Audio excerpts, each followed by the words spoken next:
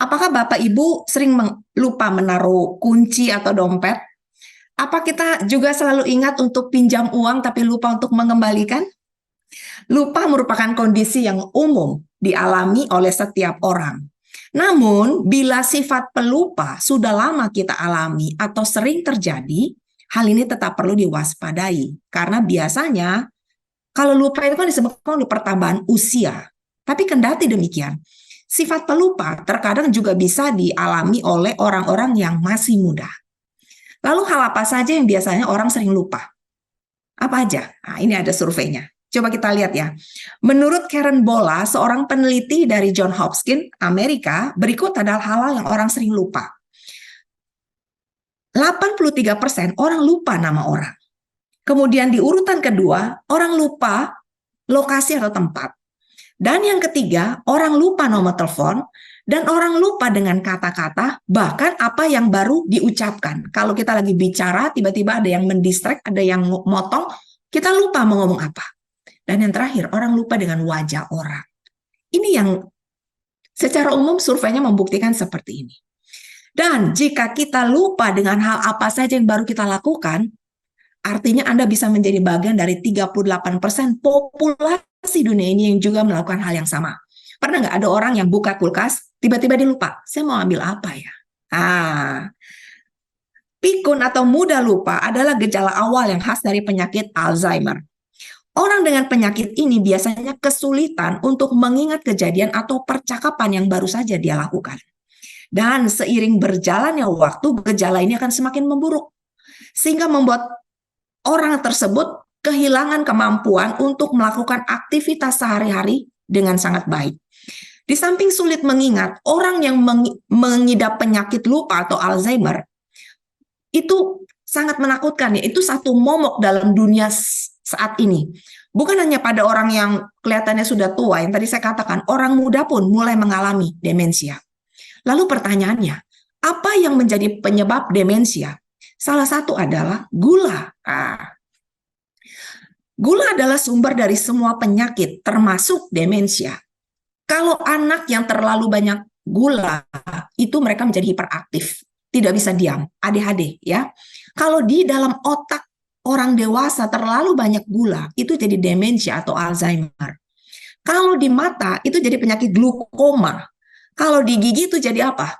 Yang ngilu-ngilu ya, sakit gigi. Kalau di kulit itu kita menjadi cepat tua. Terlalu banyak mengkonsumsi gula, kita tidak jadi awet muda, tapi awet tua. Dan kalau kita terlalu banyak gula, kita menjadi orang yang insomnia. Dan kalau terlalu banyak di darah, menjadi orang yang diabetes. Penyakit diabetes itu mengerikan juga. Itu biang dari segala penyakit. Dan kalau orang terlalu banyak gula dalam tubuhnya, dalam sistem imunitasnya, akan menderita penyakit kanker. Dan yang terakhir adalah, gula juga adalah pemanis untuk bisnis dewasa ini. Kita akan bahas di belakang. Jadi, orang yang keranjingan gula itu 8 kali lebih berbahaya dibandingkan dia keranjingan kecanduan ganja atau kokain. Jadi kita harus tahu musuh kita sebenarnya itu siapa. Yang kita akan bahas hari ini adalah gula yang berlebih pada otak orang dewasa. Tapi dari semua hal yang orang sering lupakan, ada satu sifat pelupa yang sangat amat berbahaya yang tadi kita sudah pelajari seperti penyakit-penyakit secara umum. Penyakit lupa yang ini bukan hanya berbahaya bagi fisik, tapi membinasakan jiwa selama-lamanya. Penyakit lupa seperti apa yang dimaksudkan di sini? Untuk menjawab pertanyaan ini, kita akan mendapat jawabannya dengan mempelajari kitab Hakim-Hakim. Terlebih dulu kita buka dalam doa ya, kita berdoa. Bapa di sorga, materi yang sudah disiapkan tidak ada artinya sama sekali tanpa urapan Roh Suci. Kami mengundang kuasa Roh Suci memasuki pikiran, hati, dan batin kami Tuhan, agar pesan Tuhan hari ini tersampaikan dengan baik, dan dengan kuasa Roh Kudus, kami mampu Tuhan untuk melakukannya dalam kehidupan kami, sehingga kami tidak binasa, tapi kami beroleh hidup yang kekal. Dalam nama Yesus kami berdoa dan mengucap syukur. Amin. Kita akan belajar dari kitab Hakim-Hakim.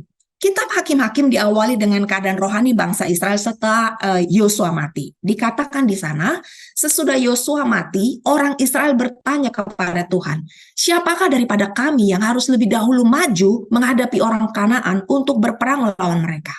Firman Tuhan berkata, suku Yehuda lah yang harus maju.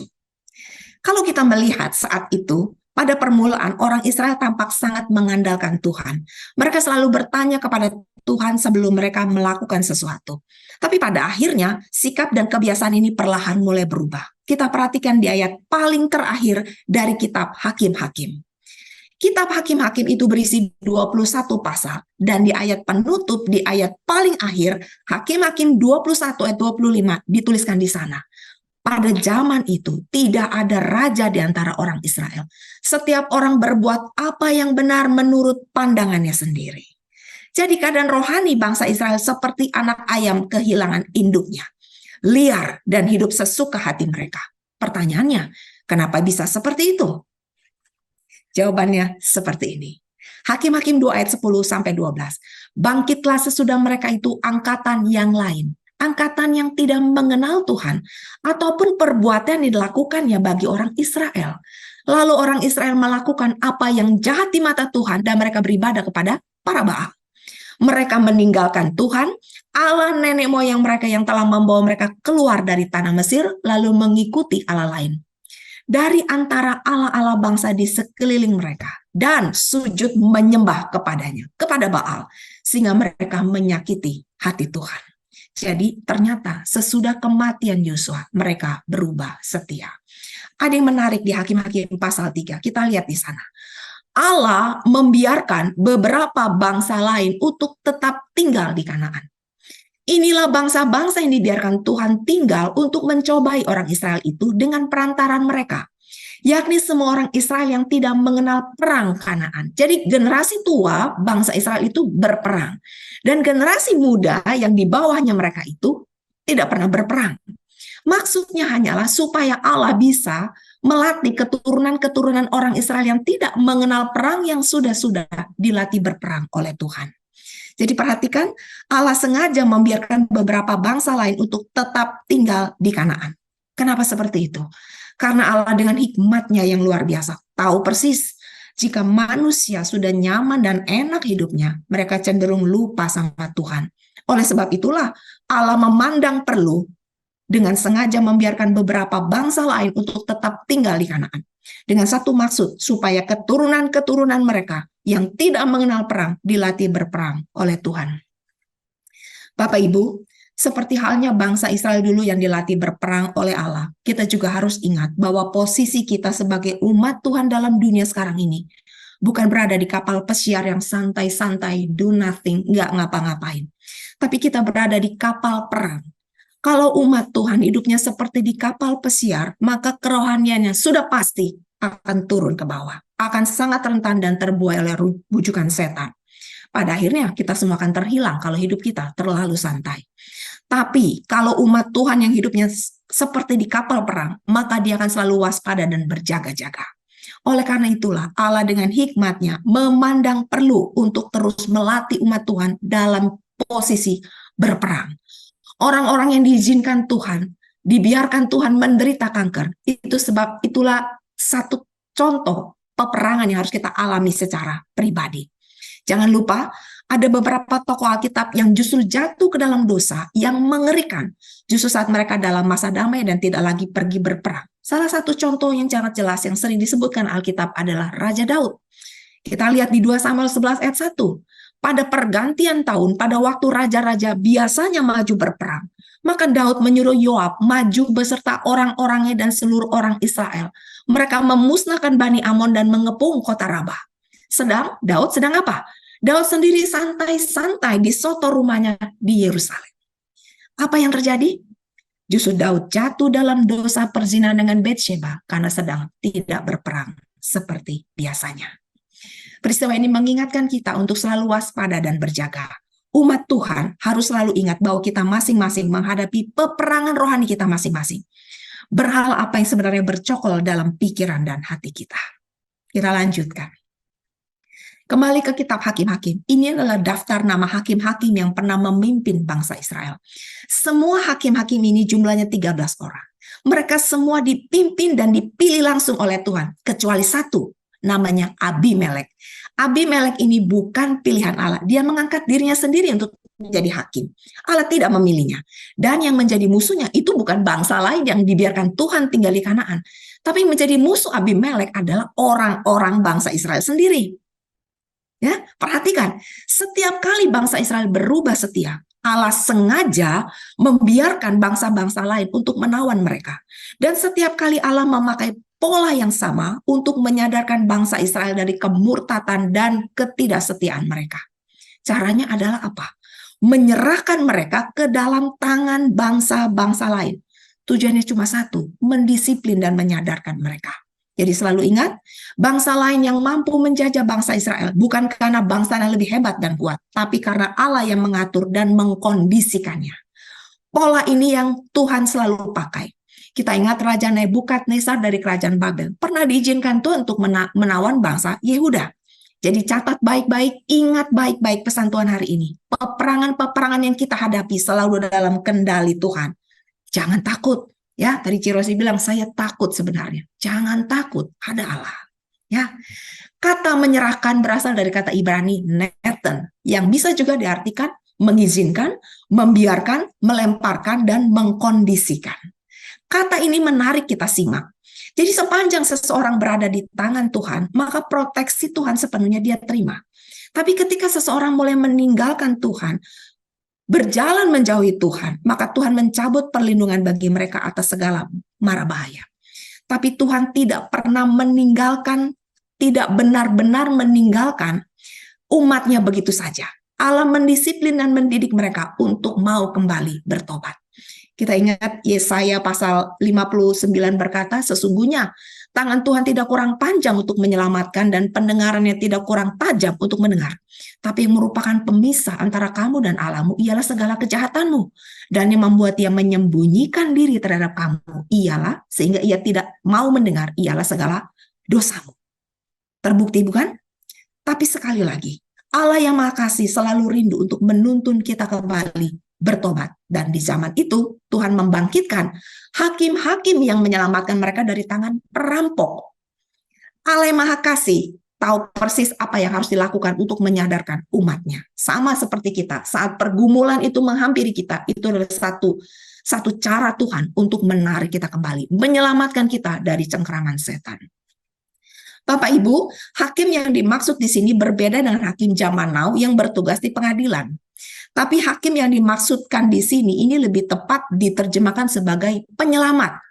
Atau bisa juga disebut sebagai panglima militer Israel yang melawan musuh yang selama ini menindas mereka, yang menawan mereka, yang menjajah mereka. Hakim tersebut tidak memiliki otoritas absolut, sebab dia akan bertindak sesuai dengan perintah Tuhan. Ya, seperti Gideon, Barak, Deborah, Yefta, dan lain-lain. Sementara kalau monarki, itu cenderung absolut. Raja itu bisa melakukan apa yang menurut dia benar. Kecuali Daud dan beberapa raja yang baik ya, mereka selalu meminta petunjuk Tuhan. Ya, ada beberapa, kalau di kerajaan utara Israel itu semua rajanya jahat. Ya, kita lihat pola yang Tuhan terapkan pada zaman hakim-hakim. Tulisan Roh Nubuat menuliskan, tetapi ketika penyelamat atau hakim telah meninggal dan umat telah lepas dari kekuasaannya, lambat laun mereka akan kembali kepada berhala mereka. Dan demikianlah kisah kemunduran, kemurtatan dan hukuman pengakuan dan pembebasan terulang lagi dan lagi. Lihat dari cerita ini, begitu mudahnya orang Israel melupakan dan meninggalkan Tuhan. Jika kita menyimak Bapak Ibu, seluruh kisah dalam buku Hakim-Hakim ini, setiap kali bangsa Israel terpuruk, selalu saja Tuhan membangkitkan penyelamat atau seorang hakim bagi mereka. Namun setelah hakim itu mati, mereka kembali lagi murtad. Seperti lagu yang mengatakan, dan terjadi lagi, dan terjadi lagi. Melupakan, ya bangsa itu melupakan Tuhan, entah sengaja ataupun tidak sengaja. Mengapa jatuh bangun ini terjadi berulang-ulang? Kenapa mereka selalu tertarik untuk kembali menyembah berhala? Karena mereka melupakan Melupakan berarti tidak lagi mengingat siapa pemimpin mereka, siapa yang telah menolong mereka, siapa yang telah menyelamatkan mereka, dan siapa yang telah memberkati hidup mereka. Mengerikan bukan? Jadi Bapak Ibu, membaca buku Hakim-Hakim adalah membaca sejarah kepikunan sebuah bangsa yang berulang-ulang kali melakukan kesalahan yang sama, tapi tidak pernah belajar dari kesalahan itu. Mereka melupakan sejarah, entah sengaja entah tidak. Sejarah tentang penyertaan Tuhan kepada mereka yang begitu hebat. Ini yang terjadi. Jadi kalau kita lihat, paling tidak ada 6 siklus ulangan yang selalu terjadi pada orang Israel di zaman itu, di zaman para hakim-hakim. Yang pertama, siklus pertama, orang Israel melakukan yang jahat dan menyembah Baal. Lalu Tuhan membiarkan orang Israel menderita dan dikalahkan. Dan orang Israel karena dalam keadaan terpojok, mereka berseru kepada Tuhan. Siklus yang keempat, Tuhan membangkitkan seorang hakim menjadi penolong dan penyelamat mereka. Lalu mereka kembali berbakti kepada Tuhan selama hakim itu masih hidup. Tapi setelah hakim itu meninggal, orang Israel kembali melakukan kesalahan yang sama. Sejarah sebuah bangsa yang pikun, mudah lupa akan sejarah dan pertolongan Tuhan di masa yang lalu. Orang Israel itu tidak pernah belajar dari pengalaman dan sejarah membuktikannya. Lebih dari 300 tahun Bapak Ibu. Dengan 13 hakim, mulai dari Otniel sampai Samson, kesalahan berulang selalu terjadi. Hanya karena satu hal, mereka lupa kepada Tuhan. Lupa tentang Tuhan yang hebat di masa lalu mereka. Kalau kita lihat ya, keadaan bangsa Israel itu sama seperti anak kecil yang masih berusia 3 tahun, yang dibawa oleh orang tuanya ke taman bermain. Awalnya dia selalu mau sama-sama mamanya ya atau papanya, pegang terus tangan orang tuanya. Dia tidak mau bermain dengan beberapa anak yang ada di sana karena belum kenal, mereka belum tahu satu sama lain. Lalu tiba-tiba ada seorang anak yang kasih dia boneka. Awalnya dia tolak, tapi ada lagi yang datang bawa permen, bawa segala macam. Setelah beberapa saat, anak itu yang tadinya masih memegang erat tangan anak orang tuanya itu, lama-lama dia melepaskan tangannya, lalu perlahan-lahan mulai berani bermain dengan teman-teman barunya, sehingga akhirnya dia larut dalam suasana bermain sama teman-teman itu. Dari 1 jam, 2 jam, dan seterusnya. Dan pada waktu orang tuanya memanggil dia untuk pulang, dia sama sekali menolak. Dia sudah tidak mau. Dia benar-benar sudah sangat nyaman dan berbeda sikapnya dari awal sampai terakhir dia mau main. Dia sudah sangat menikmati suasana dengan teman-teman barunya. Tahukah Bapak Ibu, begitulah orang Israel waktu itu. Dan begitulah juga kira-kira sikap kita terhadap Tuhan biasanya ya. Sudah dipimpin Tuhan di tempat yang enak, diberi tempat yang baik, lalu diberikan teman-teman yang kelihatannya orangnya, setan itu memunculkan orang-orang yang kelihatannya baik sama kita. Lalu kalau kita sudah terperangkap, tercengkram oleh permainan setan, kita baru cari Tuhan. Pelajaran bagi kita, jangan buka celah sekecil apapun bagi setan. Ya, saat kita mulai buka celah, kita susah untuk keluar. Jadi jangan mulai bermain api, tetaplah setia. Hakim-Hakim 6 ayat 1 menuliskan seperti ini. Kalau kita melihat salah satu kondisi bangsa Israel saat itu, kita akan mempelajari keadaan bangsa Israel sewaktu dijajah oleh bangsa Midian. Orang Israel melakukan apa yang jahat di mata Tuhan. Sebab itu Tuhan menyerahkan mereka ke dalam tangan orang Midian. Berapa lama? 7 tahun lamanya. Perhatikan, untuk kali yang keempat dalam catatan buku Hakim-Hakim disebutkan bahwa penyakit orang Israel kambuh. Dan selama 7 tahun itu keadaan orang Israel jauh dari kata nyaman. Perhatikan apa yang dituliskan ini. Mereka tidak pernah menuai apa yang mereka tabur karena selalu dirampas. Tidak ada sisa makanan bagi mereka karena selalu diambil. Bahkan ternak-ternak mereka pun diambil. Dan kembali Tuhan menyerahkan mereka ke tangan musuh. Apa yang terjadi saat itu? Orang Israel menjadi sangat melarat oleh karena perbuatan orang-orang Midian. Terjemahan lain menuliskan very discouraged, very weak, great distress, very low. Jadi keadaan mereka saat itu jelas. Mereka sangat-sangat tertekan, miskin sekali. Jelas keadaan ini bukan rencana Allah Bapak Ibu, karena sifat Allah bukanlah suka membuat susah dan menderita umatnya. Yeremia 29 ayat 11 menuliskan, ya kan, segala rencana Allah itu baik adanya. Jadi dalam kasus orang Israel ini, dan bisa saja sering menjadi kasus kita kalau kita melakukan hal yang sama, Allah tidak pernah merancang dan membuat kesusahan kepada umatnya, tapi lebih tepat disebutkan kesusahan itu adalah akibat pilihan dan perbuatan manusia itu sendiri. Dipertegas lagi, orang Israel melakukan apa yang jahat di mata Tuhan, sebab itu Tuhan menyerahkan mereka ke dalam tangan orang Midian 7 tahun lamanya. Dan selama itu orang Midian berkuasa atas orang Israel. Karena takutnya kepada orang Midian, orang Israel itu buat tempat-tempat gua-gua perlindungan di pegunungan agar mereka bisa bersembunyi. Tapi apa yang kita lihat dari peristiwa ini? Kita lihat ya apa yang terjadi. Kalau mereka dari awal berseru kepada Tuhan, tentu Tuhan akan mau langsung menolong mereka. Tapi mereka kenapa harus tunggu sampai 7 tahun? Sama seperti kasusnya pada saat murid-murid berada di Danau Galilea bersama dengan Yesus. Tuhan Yesus ada bersama dengan mereka. Tapi saat mereka menghadapi badai, mereka lupa bahwa Yesus ada bersama dengan mereka di perahu itu. Berapa lama kita juga lupa. Saat kita menghadapi pergumulan, kita lupa Tuhan bersama dengan kita. Ya, jangan pernah lupa, Tuhan selalu ada. Gideon, salah satu hakim yang kita pelajari di renungan kali ini. Gideon adalah hakim pilihan Allah, ya. Hakim-hakim 6 ayat 11-12 menuliskan seperti ini. Kemudian datanglah malaikat Tuhan dan duduk di bawah pohon tarbantin di Ofra, kepunyaan Yoas orang Abiezer itu. Sedang Gideon anaknya mengirik gandum dalam tempat pemerasan anggur agar tersembunyi bagi orang Midian. Malaikat Tuhan menampakkan diri kepadanya dan berfirman kepadanya, demikian, Tuhan menyertai engkau ya pahlawan yang gagah berani. Ada yang kontras antara fakta dan pernyataan Tuhan di sini? Sedang apa mereka di sana? Mereka sebenarnya sedang apa? Sedang ngumpet. Mereka takut kepada orang Midian. Tapi perhatikan pernyataan Tuhan di sini. Gideon disebut oleh Tuhan adalah pahlawan yang gagah berani. Ada yang ganjil tentu saja ya. Karena kalau benar Gideon itu benar-benar seorang pahlawan yang pemberani, ngapain dia ngumpet? Ngapain dia sembunyi? Dia ketakutan terhadap orang Midian. Dan kita lihat jelas di sini ya. Jujur dia mengakui kepada Tuhan. Tuhan, kaumku adalah yang paling kecil di antara suku Manasye, ya. Gideon dari suku Manasye. Dan aku pun seorang yang paling muda di antara kaum keluargaku. Dengan kata lain, Gideon tidak siap dan merasa tidak mampu untuk menjadi seorang pahlawan seperti keinginan Tuhan. Apalagi Tuhan mengembel-embelkan dia pahlawan yang gagah berani. Tapi pada bagian ini kita perlu mencatat sebuah pelajaran penting bahwa Tuhan tidak pernah memilih seseorang ketika dia merasa layak dan mampu. Kenapa? Karena ketika seseorang berpikir bahwa dia layak dan mampu, maka ketergantungannya pada kuasa Allah itu berkurang, bahkan tidak ada. Dia akan mengandalkan kekuatannya sendiri. Kita lihat kasus Absalom, dia merasa sudah layak menjadi pemimpin Israel. Sehingga ayahnya Daud pun berani dia kudeta. Tapi apa yang terjadi dengan Absalom?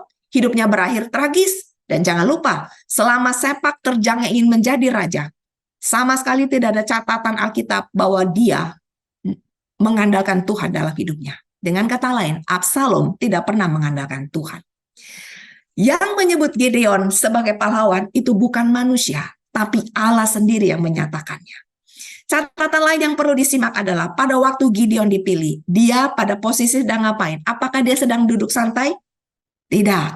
Dia sedang bekerja mengirik gandum. Dia bukan diam dan tidak melakukan apa-apa. Satu pelajaran penting. Walaupun kita merasa bahwa Tuhan begitu jauh, kita tetap bekerja. Allah suka dengan orang-orang yang sedang melakukan pekerjaan dan bukan kepada mereka yang hanya diam dan tidak melakukan apa-apa dan hanya mempunyai roh kritik. Menyangkut sikap Gideon yang sedang bekerja saat Allah memilihnya. Tulisan Roh buat menuliskan. Tuhan umumnya memanggil mereka yang sibuk, mungkin dengan tugas-tugas sehari-hari mereka, seperti rasul yang sedang memancing, orang yang bekerja dalam bisnis yang jujur, mereka yang lebih mungkin menerima tamu surgawi daripada orang yang menghabiskan waktunya dengan bermalas-malasan. Karena Tuhan tidak bisa menggunakan orang-orang malas untuk kepentingannya. Pada umumnya, kalau seseorang sedang berkonsentrasi pada pekerjaan, dia akan lebih banyak diam, tidak suka protes. Mereka fokus dengan pekerjaan mereka karena mereka sedang sibuk. Tapi justru sebaliknya, mereka yang sering protes, melancarkan kritik tajam pada pekerjaan Tuhan, kepada para pemimpin, adalah justru mereka-mereka yang tidak sedang melakukan apa-apa.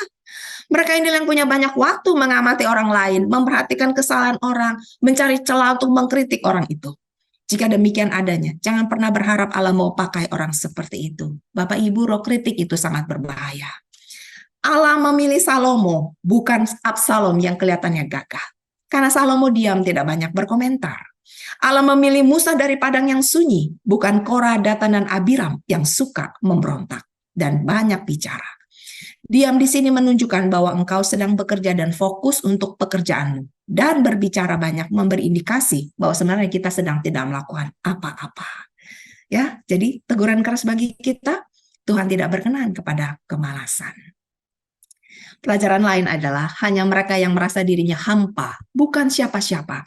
Tidak punya sesuatu yang bisa diatur dan digunakan Tuhan dengan baik. Hanya cangkir yang kosonglah yang bisa diisi air yang penuh. Ketika seseorang telah merasa diri mampu dan sanggup, maka justru Allah tidak bisa mengisinya dengan kuasanya. Ya, kita lanjutkan. Kembali pada cerita tentang Hakim Gideon. Saat Allah memerintahkan Gideon untuk menghancurkan semua patung berhala, lucunya dalam kasus orang Israel ini, mereka tahu jelas Baal dan berhala yang mereka sembah adalah penyebab keterpurukan dan kemelaratan hidup mereka, kemiskinan mereka. Justru saat Gideon menghancurkan semua patung berhala, justru malah Gideon yang dimarahi mereka. Jadi penyebab masalah seharusnya disingkirkan, tapi justru yang menyingkirkannya yang disalahkan. Kenapa orang Israel bisa sebodoh itu? Jangan lekas menuduh orang Israel bodoh. Kita juga sebenarnya nggak beda-beda jauh dengan mereka. Tanyakan pada diri kita sendiri. Apa mudah kita meninggalkan kemewahan dan apa yang kita suka selama ini yang kita sudah nikmati? Apa mudah untuk menjual barang-barang kesayangan kita yang kita banggakan? Rumah mewah kita, status sosial kita, karir tinggi kita, hanya untuk pekerjaan Tuhan. Apakah kita berani meninggalkan pekerjaan kita yang selama ini menghasilkan uang banyak? Tapi kita melanggar kesucian hari Sabat. Kita lupa beribadah kepada Tuhan. Apa mudah mengambil waktu membaca lebih banyak firman Tuhan daripada scroll-scroll sosial media setiap hari? Instagram dan berita-berita dari media sosial. Apa rela kita dipotong waktu libur dan waktu bersenang-senang untuk melayani seseorang yang dalam keadaan sakit? Itulah pertanyaan bagi kita semua hari ini. Pikirkan selama ini betapa banyak berhala yang kita miliki dan sulit untuk kita tinggalkan. Comfort zone, zona nyaman kita yang tanpa kita sadari telah menjadi berhala yang berbahaya, yang telah mengikat diri kita begitu kuat. Sebenarnya keadaan kita tidak berbeda jauh dengan keadaan bangsa Israel saat itu. Ya. Selanjutnya Gideon berkata, satu hal saja, Gideon yang pada masa mudanya itu dikenal sangat takut sama Tuhan. Seseorang yang berdiri paling depan menentang penyembahan berhala, bahkan dengan giginya menyingkirkan semua berhala. Tapi justru ironisnya, justru menjadi orang yang berbeda di masa tuanya. Kita lihat Hakim-Hakim pasal 8. Ternyata Gideon pun lupa. Selanjutnya kata Gideon kepada mereka, satu hal saja yang kuminta kepadamu.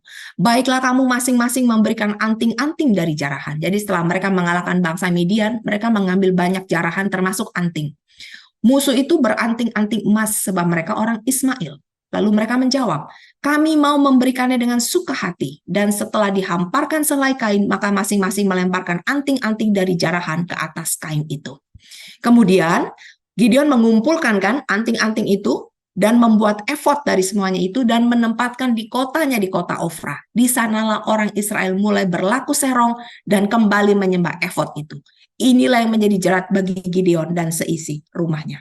Kita lihat di sini betapa Gideon yang awalnya setia, mereka berubah. Cepat sekali berubah setia karena uang. Sekali lagi Bapak Ibu, bahkan seorang hakim pun yang seharusnya menjadi penyelamat saat itu, gagal karena hidupnya kembali menjadi nyaman. Saat Gideon berada dalam cengkraman bangsa Midian, dia begitu setia. Tapi saat banyak hartanya, dia lupa dengan Tuhan. Satu peringatan keras bagi kita saat ini adalah, there is no a spiritual superman in this earth. Sangat memilukan. Seseorang yang begitu setia di masa mudanya, begitu berapi-api menentang berhala, dan untuk bertahun-tahun menjadi teladan dan pemimpin yang baik. Tapi justru di masa tuanya menjadi lain. Dia menjadi batu sandungan dan jerat bagi orang lain. Jadi kita harus berhati-hati. Apa yang menjadi penyebab dari semua ini? Ternyata kita lihat ya, Hakim-Hakim 8 ayat 30 menuliskan, Gideon itu punya banyak istri. Ya kan? Dia punya 70 anak laki-laki, semua anak kandungnya, sebab istrinya itu banyak. Kita ingat ya, Raja Salomo juga mencintai banyak perempuan. Ia punya 700 istri dari kaum bangsawan dan 300 gundik. Justru istri-istrinya ini yang menarik hatinya. daripada Tuhan. Jadi kita harus hati-hati ya. Apakah mungkin kejatuhan Salomo dalam hal wanita juga menjadi sebab kejatuhan dari Gideon? Mungkin saja, karena dalam kehidupan seorang pria ada 3 ta, harta, tata, dan wanita. Ya, jadi kita harus hati-hati. Peringatan keras untuk para suami. Banyak istri. Jadi tulisan ini menuliskan this harem ya. Ini menjadi bukti bahwa kekayaan dan kekuasaan Gideon itu menjadi satu jerat bagi Gideon dan juga bagi Salomo. Poligami dalam skala besar itu memang dilakukan oleh penguasa, oleh orang-orang yang sangat kaya. Jadi kalau orang udah mulai makmur hidupnya, tadinya siap-siap selalu rajin mencari nafkah, setelah banyak uang sekarang rajin mencari istri. Ini yang terjadi saat itu. Itulah sebabnya sebenarnya poligami bukan sesuatu yang diizinkan dalam Alkitab. Karena hal itu akan membawa dampak buruk dalam hal rohani, terbukti dalam kehidupan Gideon dan Salomo.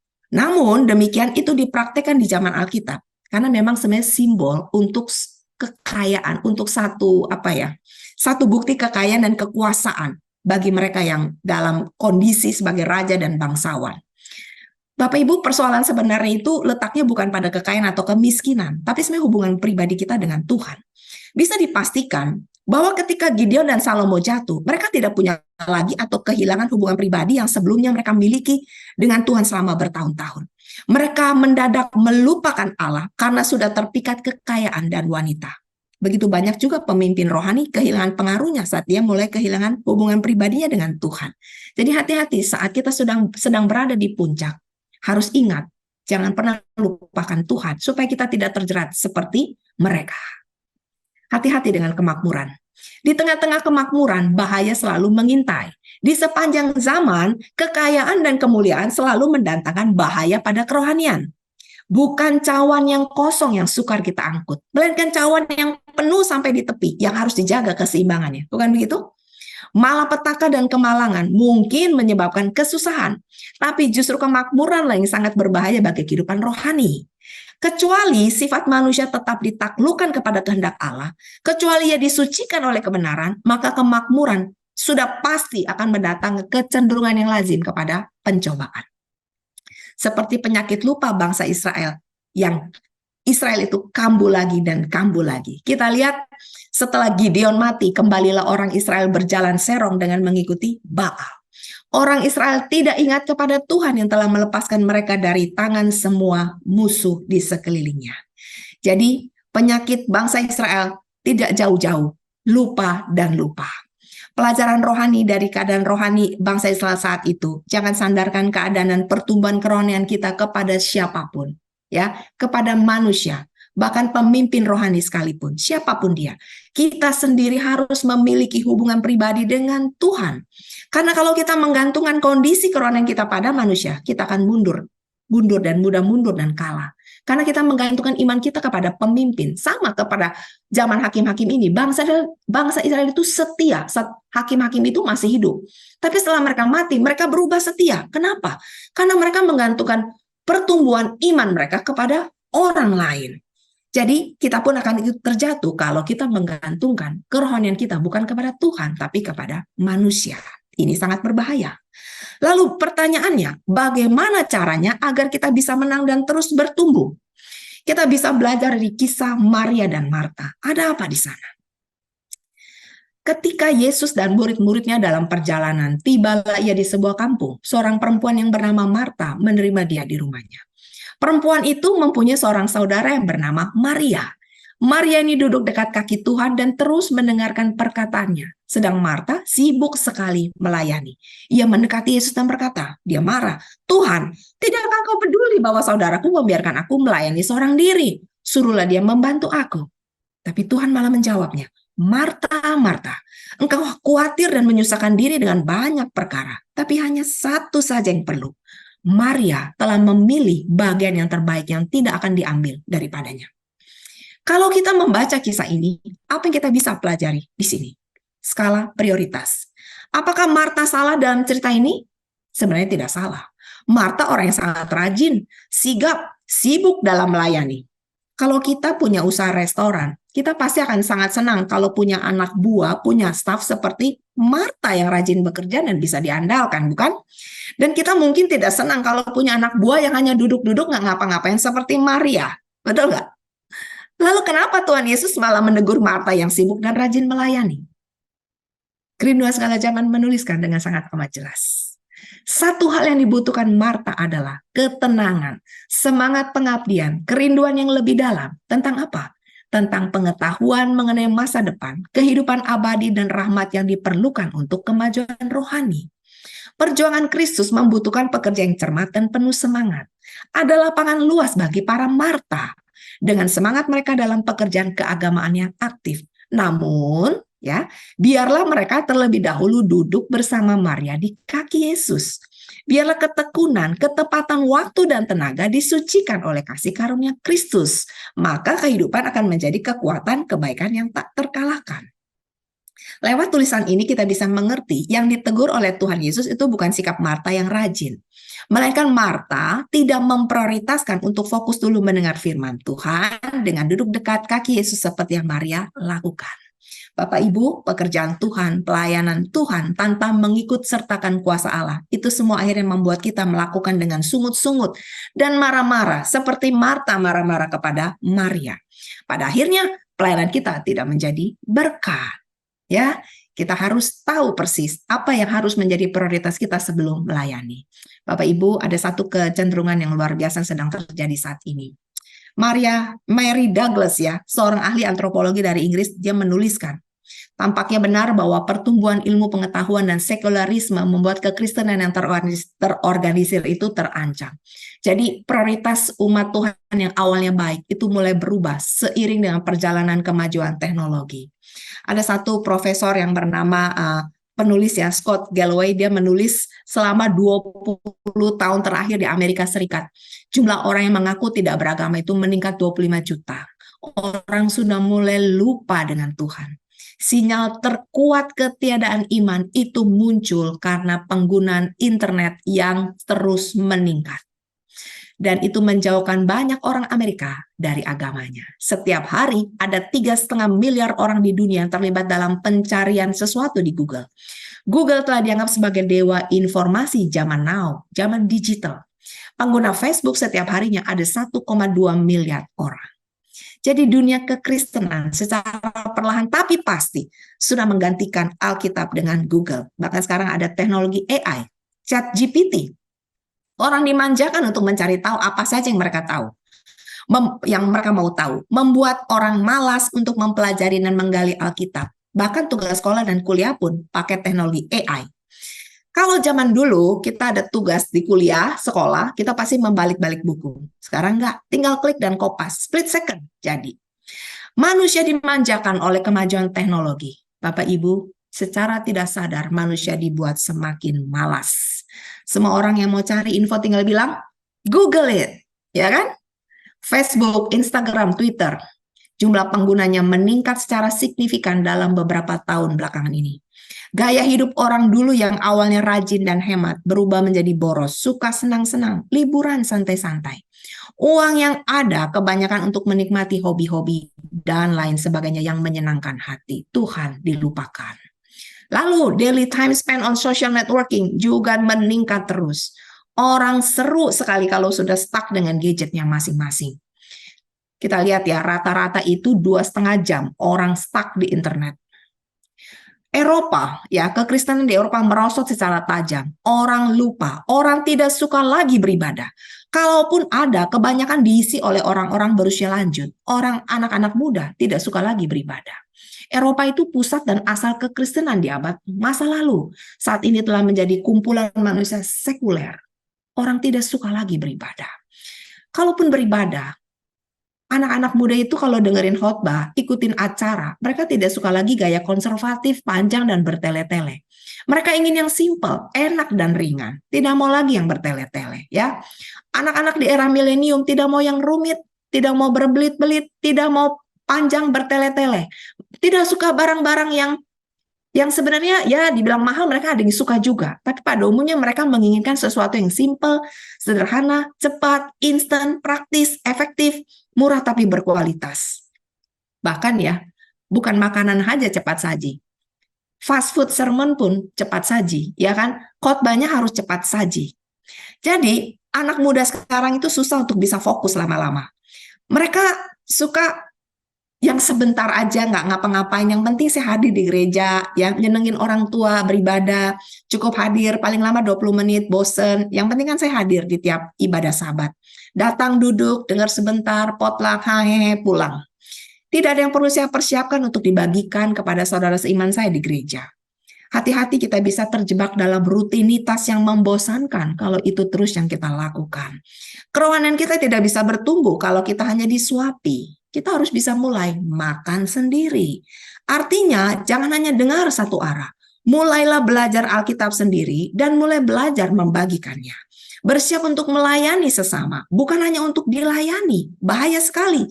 Keadaan ini kalau diteruskan, kita semua akan cepat mati rohaninya, ya kan? Semua orang mau cepat, yang seperti saya katakan di khotbah yang lalu, semua orang mau mendapatkan mencapai sesuatu yang cepat dan instan. Tapi ada satu tempat yang dimana orang tidak mau cepat-cepat sampai. Apa itu? Ke titik terakhir hidupnya, itu kematian. Gak ada yang mau mati cepat. Kalau kesembuhan dan berkat materi, semua mau cepat. Ibadah harus cepat. Khotbah jangan lama-lama. Cepat-cepat juga.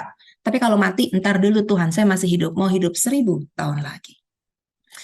Dalam sebuah statistik yang dilakukan oleh satu forum on religion and public life di Amerika Serikat, ada kelompok evangelical Protestan yang hanya masuk urutan keempat dari kelompok umur yang suka berdoa. Coba kita lihat di sini. Ternyata kelompok saksi Yehova dan Mormon justru yang paling rajin berdoa dan menginjil. Dan kita lihat kelompok umur yang paling suka berdoa adalah kelompok umur yang 65 tahun ke atas. Dan yang paling banyak berdoa adalah kaum wanita dibandingkan pria. Dan umumnya dari kelompok pendapatan yang rendah, yang paling rajin berdoa.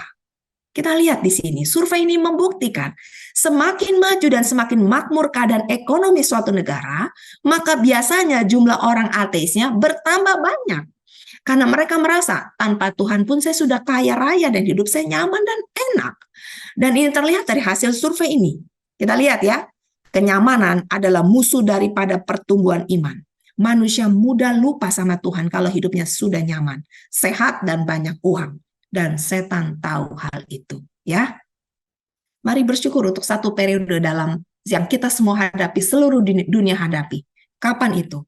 Saat sedang mengalami kesusahan, biasanya kita baru ingat lagi kan sama Tuhan. Sebuah survei yang dilakukan pada tahun 2020 yang lalu berdasarkan data Google, didapati bahwa pertengahan tahun 2020 saat pandemi naik, angka berdoa juga naik menjadi 50%. Kita lihat ya, saat pandemi COVID-19 banyak yang rajin berdoa. Rupanya banyak orang yang takut mati. Manusia punya kecenderungan seperti itu, Bapak Ibu. Kalau susah, kita baru ingat Tuhan. Kalau sakit, kita baru ingat Tuhan. Kalau sehat dan banyak uang, kita lagi di mana? Ya, kita sering menyalahkan bangsa Israel yang berlaku tidak setia saat itu. Padahal kita pun tidak ada bedanya dengan mereka. Kalau susah dan sakit, baru cari Tuhan. Bapak Ibu, kalau orang Israel dan Gideon berdosa karena menyembah patung Baal, orang Kristen zaman now berhalanya uang dan gadget. Lebih dominan yang mana? Gadget. Ya, pisau di tangan orang yang berbeda itu berbeda fungsi. Kalau di tangan seorang dokter, sebuah pisau itu bisa menyelamatkan jiwa seseorang. Tapi di tangan orang jahat, pisau itu bisa menghilangkan nyawa seseorang. Sama halnya dengan gadget di tangan kita. Dengan HP yang sama, kita bisa mendengar khotbah, belajar hal-hal baik dari gadget kita. Sebaliknya, kita juga bisa menonton dan melihat hal-hal yang tidak baik lewat gadget kita. Banyak anak-anak yang terjangkit wabah pornografi hanya dengan gadget. Jadi kita harus berhati-hati. Setan itu bermain cantik dan kita harus waspada. Perhatikan ini. HP itu sudah menjadi berhala kekinian. Semua sibuk dengan HP. Bilangnya sih family time, semua kumpul di ruangan yang sama. Tapi semua asik dengan gadget mereka masing-masing. Jadi sebenarnya HP di tangan kita isu bisa mendekatkan yang jauh, tapi sekaligus menjauhkan yang dekat. Sering terjadi kalau misalnya ada family yang makan bersama di satu restoran, maminya akan tanya, ibunya akan tanya, kalian mau makan apa? Terserahlah, karena semua pada sibuk kan dengan HP. Tapi setelah makanan datang, mereka protes, kok makanannya ini? Kan terserah. Sering terjadi seperti itu, ya kan? Bahkan di gereja pun kita masih sibuk dan fokus dengan HP. sambil melakukan banyak hal, sambil beribadah. Tapi di sini nggak ada yang ngaku maksudnya. Bercanda ya. Jadi sekali lagi, you are what you do. Prioritas hidup kita akan terlihat jelas lewat apa yang kita lakukan setiap hari. Kita bisa saja berkata, saya selalu memprioritaskan Tuhan kok dalam hidup saya. Tapi tindakan dan apa yang kita lakukan setiap hari, itu adalah bukti yang akan tidak pernah bisa salah. Pernah dengar ada satu statement yang mengatakan, kondisi iman kita, suasana hati kita yang sebenarnya, itu kita bisa sembunyikan. Yang tidak bisa kita sembunyikan adalah berat badan kita. Orang bisa lihat kita gemuk atau kurus. Demikian juga halnya dengan tindakan atau sikap hidup kita setiap hari. Itu terlihat jelas. Itu tidak bisa kita sembunyikan. You are what you do. Oke. Sugar on Wall Street is called billion-dollar industry. Apa itu Wall Street? Wall Street adalah sebutan untuk pasar modal di Amerika. Artinya ini bisnis yang mengkaitkan dengan makanan sugar ini, yang manis-manis ini, itu banyak mendatangkan keuntungan. Ini bisnis yang bukan bisnis yang asal-asalan, ece-ece, tapi ini jadi mega bisnis ya. Dunia bisnis itu melakukan banyak riset dan studi untuk mempelajari barang-barang apa, makanan-makanan apa yang disukai oleh masyarakat pada umumnya. Itu ada risetnya, nggak sembarangan. Saya beri contoh. Coba kita lihat di sini ya. Banyak anak-anak muda, bahkan orang tua yang membawa anaknya untuk menonton bioskop sebagai hiburan untuk mengisi waktu luang. Dan biasanya makanan atau minuman yang dijual gedung-gedung bioskop itu makanan cepat saji, minuman bersoda yang manis-manis. Orang dimanjakan dengan tontonan dan makanan dan minuman cepat saji karena banyak orang suka. Dan bisnis bioskop ini Bapak Ibu bukan bisnis yang dijalankan secara asal-asalan. Beberapa pengusaha bioskop itu mempekerjakan beberapa ahli marketing dan bahkan praktisi kejiwaan, psikolog untuk mempelajari pola selera masyarakat tentang makanan minuman yang orang suka. Dengan tujuan agar produk yang mereka jual nanti itu bisa laku dan diminati. Ini bisnis yang menguntungkan karena banyak orang suka dengan hiburan bioskop. Yang sering saya katakan, gula dan tipuan setan punya kesamaan, sama-sama manis, tapi berbahaya. Ini yang harus kita waspada, jangan sampai kita masuk perangkapnya. Coba kita lihat, setan itu selalu pakai dua taktik yang jitu. Dan biasanya banyak orang yang tidak sadar kalau sudah masuk perangkap setan. Ada dua kondisi ekstrim yang ditawarkan oleh setan. Kondisi yang pertama adalah busyness. Kondisi yang kedua adalah idleness. Artinya apa? Ada setan memiliki satu taktik, kondisi di mana manusia dibuat sibuk sampai lupa waktu dan jarang beristirahat. Contohnya tadi ya, yang kesaksian ya, tidur jam 1, jam 2 malam. Keadaan seperti ini ada yang terjadi pada saat bangsa Israel berada di Mesir. Firaun itu memperberat pekerjaan bangsa Israel agar mereka tidak punya waktu untuk beribadah kepada Tuhan. Busyness, dibuat sibuk sekali. Yang ekstrim kedua adalah idleness. Kondisi yang ditawarkan setan kepada manusia artinya tidak melakukan apa-apa. Malas. Satu kondisi di mana manusia dibuat sibuk sampai lupa waktu. Kondisi kedua ini sibuk menikmati hobi-hobi. Hiburan malam, tontonan, wisata kuliner. Semuanya disodorkan agar manusia lupa dengan Tuhan. Mana yang benar dari dua ekstrim ini? Dari dua kondisi ini? Keduanya tidak benar karena terlalu ekstrim. Terlalu ekstrim itu tidak baik Bapak Ibu. Seperti ada salah satu unsur New Start yaitu temperance, keseimbangan, moderation. Ada waktu untuk bekerja dan ada waktu untuk beristirahat. Kitab Pengkhotbah juga menuliskan segala sesuatu ada waktunya. Hidup harus seimbang. A life balance itu kita harus lakukan. Kalau nggak kita bisa sakit. Contohnya sakit kanker karena terlalu sibuk dan tidak mau istirahat. Kita lihat pola Alkitab dari Kejadian 2 dulu. Tuhan Allah itu mengambil manusia Adam dan Hawa, menempatkan mereka di Taman Eden untuk mengusahakan dan memelihara taman itu. Allah tidak menempatkan Adam dan Hawa di istana yang megah untuk duduk-duduk santai dan bermalas-malasan.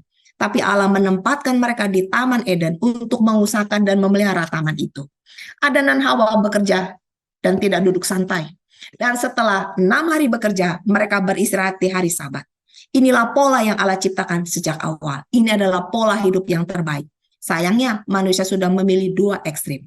Bekerja mati-matian tanpa istirahat atau bermalas-malasan tanpa bekerja. Sekali lagi, setan senang kalau manusia terjebak dalam perangkapnya. Pola 6+1, 6 hari bekerja, 1 hari beristirahat di hari Sabat.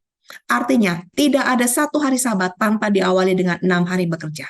Banyak orang hanya beristirahat di hari Sabat, tapi bermalas-malasan di 6 hari sebelumnya. Ini juga salah kaprah. Allah bekerja selama 6 hari dan menikmati 1 hari istirahat.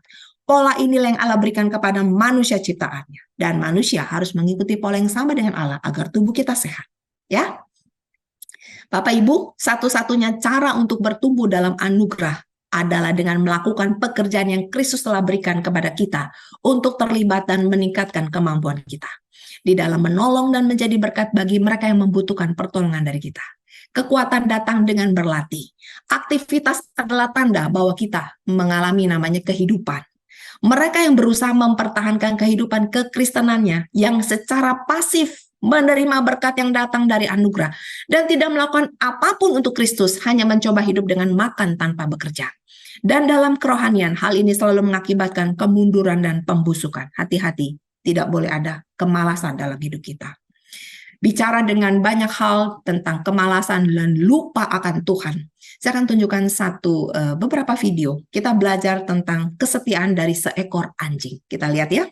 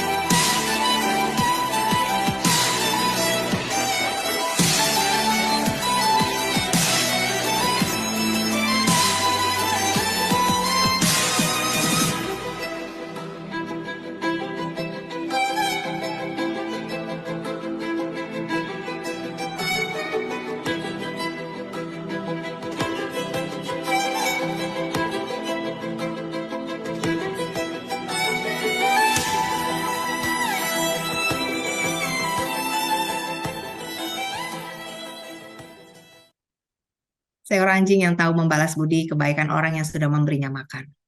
Ada satu kisah juga tentang kesetiaan seekor anjing, kisah tentang Francisca Romero dan anjingnya. Francisca Romero adalah seorang wanita tua yang berusia 70 tahun, dia mengalami koma, di mana dokter sudah menyerah dan menyimpulkan bahwa peluang wanita ini untuk sembuh itu atau sadar dari komanya sangat kecil. Tapi setelah sebulan koma, suatu pagi secara ajaib dia tersadar dari komanya, karena ternyata anjing kesayangannya yang selalu datang untuk memeluknya selama 2-3 jam setiap hari.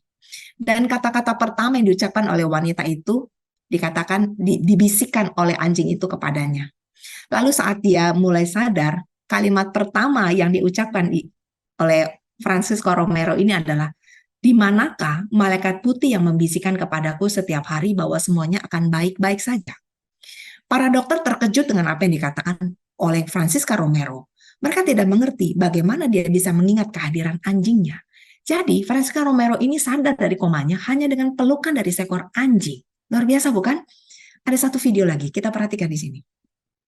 Ketika pemilik yang sakit parah melepas topinya untuk pertama kalinya di depan anjingnya, anjing itu tiba-tiba menyadari sesuatu. Melihat pemiliknya yang merupakan orang yang berbeda dari sebelumnya, mata anjing itu penuh dengan keterkejutan. Setelah sekian lama, ia mulai tersedak dan terisak. Kemudian ia berdiri dan menghibur tuannya dengan lengannya, seolah-olah memberitahu tuannya bahwa apapun yang terjadi, dia akan selalu ada di sana. Sebenarnya, pemiliknya telah didiagnosis menderita kanker beberapa bulan yang lalu. Agar dapat bekerja sama dengan pengobatan, dia harus mencukur habis rambutnya. Dia tidak ingin anjingnya khawatir, jadi dia menyembunyikan penyakitnya darinya. Karena dia tahu pemiliknya sedang sakit, anjing itu menjadi sangat lengket. Dia tidak nakal seperti dulu. Setiap kali masuk ke dalam ruangan, dia berhati-hati, takut mengganggu istirahat tuannya. Tersiksa oleh penyakitnya, tuannya sangat lemah.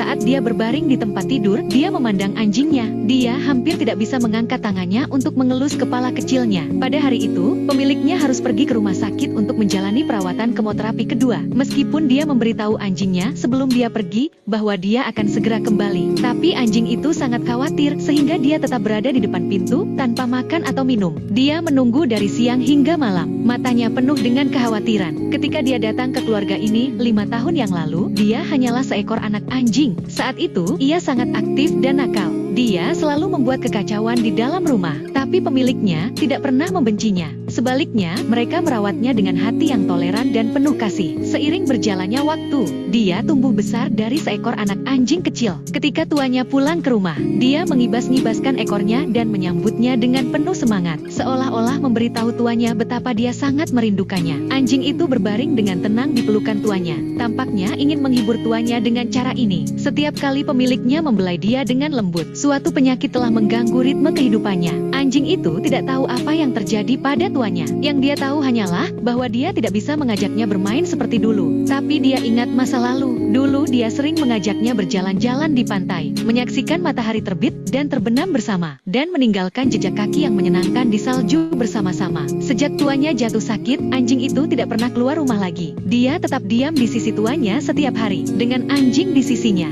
Perjuangan pemiliknya melawan penyakitnya menjadi tidak terlalu sulit. Ketika dia sedang bersemangat, dia bahkan berinteraksi dengannya dengan makanan ringan. Namun pada kasus yang parah, pemiliknya harus pergi ke rumah sakit secara teratur untuk menjalani kemoterapi. Setiap perpisahan sangat sulit bagi anjing. Setelah pemiliknya pergi, ia berjongkok di depan pintu tanpa makan atau minum. Kemudian ia mulai menunggu lagi. Namun, saat ia melihat tuannya kembali dengan selamat, dia sangat senang sampai lupa diri. Dia berguling-guling di tanah dengan gembira, seolah-olah semua penantiannya tidak sia-sia. Ketika tuannya sedang tidur, anjing itu tetap berada di sampingnya. Takut tuannya akan meninggalkannya lagi. Namun, waktu yang damai dan nyaman itu tidak berlangsung lama. Kondisi tuannya tiba-tiba mulai memburuk. Dia harus dirawat di rumah sakit untuk menjalani operasi. Anjing itu memandangi koper yang penuh dengan pakaian dan merasa cemas. Dia tahu tuannya akan pergi untuk waktu yang lama. Akhirnya, anjing itu memasukkan mainannya ke dalam koper. Sejak tuannya pergi, anjing itu menunggu di depan pintu selama berhari-hari dan bermalam-malam. Tapi tetap saja tidak ada tanda-tanda dari tuannya. Dia berkeliaran sendirian di ruangan kosong itu. Setiap hari, dia harus mencium aroma tuannya di selimut sebelum bisa tidur. Untungnya, operasinya berjalan lancar.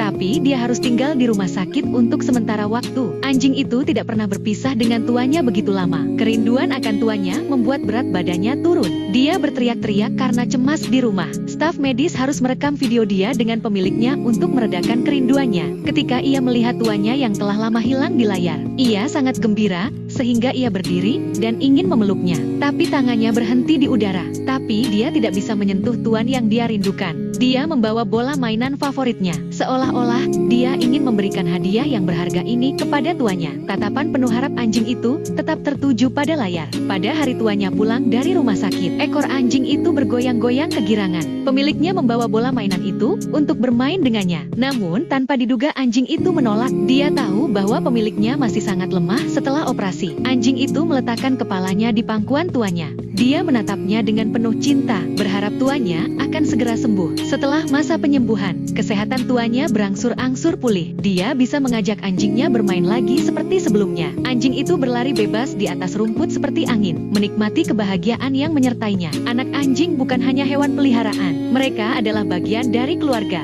Apakah Anda miskin atau kaya, sehat atau sakit, anjing Anda akan selalu berada di sisi Anda. Selalu ada masa-masa sulit dalam hidup. Cinta dan kehangatan seperti cahaya kehidupan, membimbing orang keluar dari kegelapan dan melalui fajar. Jalan di depan akan selebar lautan. Seekor anjing tidak punya agama. Anjing tidak bisa menasihati dengan kata-kata. Tapi anjing terkenal sebagai binatang yang paling setia. Anjing memiliki empati yang tinggi. Banyak orang yang pandai menulis nasihat dan kata-kata indah di status WA dan Instagram Story. Tapi sikap dan tingkah lakunya berbeda dengan nasihat dan kata-kata yang ditulisnya. Kalau kita susah untuk setia dan memiliki empati yang nyata, mungkin kita bisa mulai belajar dari seekor anjing yang tidak berkata-kata indah, tapi bertindak dengan indah. Bapak Ibu, sifat dan karakter seekor anjing bisa kita pelajari. Sangat setia kepada orang yang mengasuh dan memberinya makan. sangat mengerti dan bertanggung jawab atas semua pekerjaannya. Sekalipun seekor anjing sedang lapar atau saat sedang sedih, tapi saat dia melihat tuannya, dia sudah lupa rasa lapar dan rasa sedihnya. Buat seekor anjing, kehadiran majikannya adalah segala-galanya. Seekor anjing memiliki ikatan batin yang kuat dengan pemiliknya. Dan saat seekor anjing ketakutan, maka dia akan berusaha dengan sekuat tenaga untuk berada dekat dengan tuannya.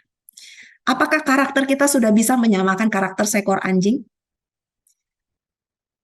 Kehadiran majikannya adalah segala-galanya. Rasa lapar, rasa sedih, rasa sakit tidak lagi diingatnya saat dia bersama dengan majikannya. Lalu bagaimana dengan kita? Apakah kita lebih mencari berkat dibandingkan Tuhan Sang Pemberi berkat? Kita lebih fokus kepada semua kebutuhan kita dibandingkan kehadiran Allah dalam hidup kita. Dan banyak yang akhirnya kecewa dan berubah setia, lupa sama Tuhan.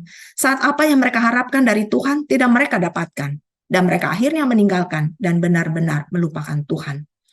Bapak Ibu, saat janji pernikahan, kedua mempelai saling berjanji, aku akan tetap setia, baik dalam keadaan sehat atau sakit, keadaan senang atau susah. Tapi berapa banyak seorang suami meninggalkan istrinya saat istrinya jatuh sakit. Bahkan banyak suami memiliki wanita lain saat istrinya sedang hamil dan menyusui. Dia lupa dengan janji yang diucapkannya sendiri di depan altar pernikahan. Tapi biasanya sebaliknya, kalau suami yang sakit, banyak istri yang banyak memilih untuk tetap setia. Semoga tidak ada yang seperti itu ya di sini ya. Suami-suami yang setia. Sama dengan janji baptisan pun sama. Saat dibaptiskan kita berjanji untuk tetap setia. Tapi berapa banyak dari kita melupakan Tuhan saat hidup kita dalam keadaan senang. Kita mudah berubah setia. Kalaupun hadir di gereja hanya berlaku pasif. Saat diminta melayani selalu menolak. Tidak peduli dengan keadaan gereja. Yang penting saya masih join ibadah online. Mudah tersinggung. Tidak suka diberi nasihat. Suka ngambek. Kita seringkali melupakan Tuhan saat keadaan kita sehat dan baik-baik saja. Saya akan katakan ini berkali-kali. Dan kita akan kembali kepada Tuhan saat kita sakit dan membutuhkan pertolongan. Bukankah keadaan kita tidak jauh berbeda dengan bangsa Israel zaman dulu? Kita berpikir Tuhan akan selalu mau mengampuni kita sesuai janjinya. Itu betul Bapak Ibu. Tapi ingat, belum tentu kita masih memiliki waktu untuk bertobat. Jadi jangan pernah anggap remeh dan anggap sepi kasih karunia Tuhan. Tuhan memang mengasihi kita dengan kasih yang kekal tanpa batas. Tapi jangan pernah lupa umur kita yang memiliki batas. Ya. Jika kita tidak setia, Allah tetap setia. Karena dia tidak dapat menyangkal dirinya. Allah memang tetap setia. Tapi jangan lupa kesempatan kita untuk bertobat hanya ada saat kita masih hidup. Ya. Ada peribahasa terkenal yang hampir semua orang tahu. Bagai kacang lupa akan kulitnya. Peribahasa ini sering dipakai untuk menyindir atau menasihati orang-orang yang lupa diri, tidak tahu berterima kasih dan melupakan segala kebaikan orang lain. Seperti halnya peribahasa air susu dibalas dengan air tuba, menggambarkan perbuatan baik seseorang yang dibalas dengan kejahatan. Sebagai manusia, sungguh amat wajar kalau kita juga pasti kecewa kalau orang yang pernah kita tolong berlaku jahat terhadap kita. Demikian juga halnya dengan Allah yang sedih dan kecewa saat kita berubah setia setelah menerima begitu banyak kebaikan Allah. Bahkan keselamatan kekal lewat karya salibnya. Bagai kacang lupa akan kulitnya, kita tidak tahu diri, lupa akan asa muasa kita. Kiranya kita tidak lupa diri dengan kemurahan dan anugerah Tuhan sampai-sampai kita berkompromi dengan dosa. Firman Tuhan menasihati kita. Saat Tuhan Yesus berada di Kaisaria Filipi, Yesus bertanya kepada murid-muridnya, kata orang, siapakah aku ini? Jawab mereka, ada yang mengatakan Yohanes Pembaptis, ada yang mengatakan Elia, ada pula yang mengatakan seorang dari para nabi. Ia bertanya kepada mereka, tapi apa katamu? Siapakah aku ini? Maka jawab Petrus, engkau adalah Mesias. Kita sering mendengar kesaksian hidup orang lain. Mereka kuat menghadapi badai hidup. Mereka tangguh dan tetap bersuka cita saat menghadapi penyakit dan pergumulan sehebat apapun. Mereka mengatakan Tuhan Yesus selalu menguatkan. Kenapa mereka bisa seperti itu? Karena mereka mengenal juru selamatnya. Mereka mengenal Tuhan secara pribadi. Ya, dan saat mereka mengenal Tuhan, mereka percaya tanpa keraguan. Mereka tetap setia. Lalu bagaimana dengan kita? Kita kalau tidak memiliki hubungan benar-benar mengenal Tuhan sebagai Allah yang berkuasa, kita juga mudah merasa kecewa, marah, dan lupa sama Tuhan. Kita harus mengenal Tuhan kita secara pribadi Bapak Ibu, bukan kata orang. Kalau Tuhan itu berkuasa, kenapa kuasanya tidak terlihat dalam hidup saya? Kalau Tuhan itu maha kasih, kenapa kasihnya tidak pernah saya rasakan dalam hidup saya? Kenapa karakter saya tidak pernah berubah sampai saat ini? Itu tanda tanya besar. Kalau perubahan karakter tidak terlihat dalam hidup kita, cari tahu, perbaiki hubungan kita secara pribadi dengan Tuhan. Kerohanian kita akan berjalan di tempat, bahkan akan mengalami kemunduran. Kalau itu didasarkan atas pengalaman rohani orang lain. Kita harus berusaha untuk memiliki kerinduan semakin mengenal juru selamat kita secara pribadi. Ya, karakter seseorang akan terlihat lewat tindakannya, bukan lewat perkataannya. Yang seperti saya bilang, kita bisa menyembunyikan sifat asli kita. Kita tidak bisa menyembunyikan berat badan kita. Itu terlihat, ya. Sama seperti kalau orang yang kembali sehat karena mau merubah gaya hidupnya.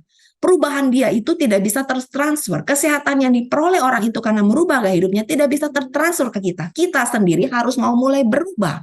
Mulai memperbaiki jam tidur yang berantakan dan mulai untuk bisa mengendalikan stres.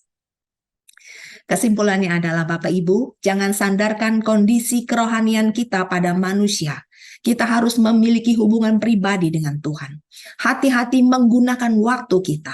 Sosial media adalah berhala atau baal yang susah untuk dihindari saat kita membuka celah baginya. Kita akan mudah dikalahkan kalau kita tidak berketetapan hati untuk menggunakannya dengan bijaksana dan benar.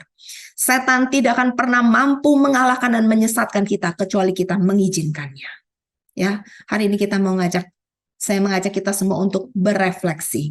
Ada satu momen yang saya mau bagikan. Kita lihat ya, dalam acara talk show Mata Najwa beberapa waktu yang lalu, para bakal calon presiden diwawancara. Dan di akhir acara, host meminta 3 bakal calon presiden untuk menghadap cermin, merefleksi diri sendiri.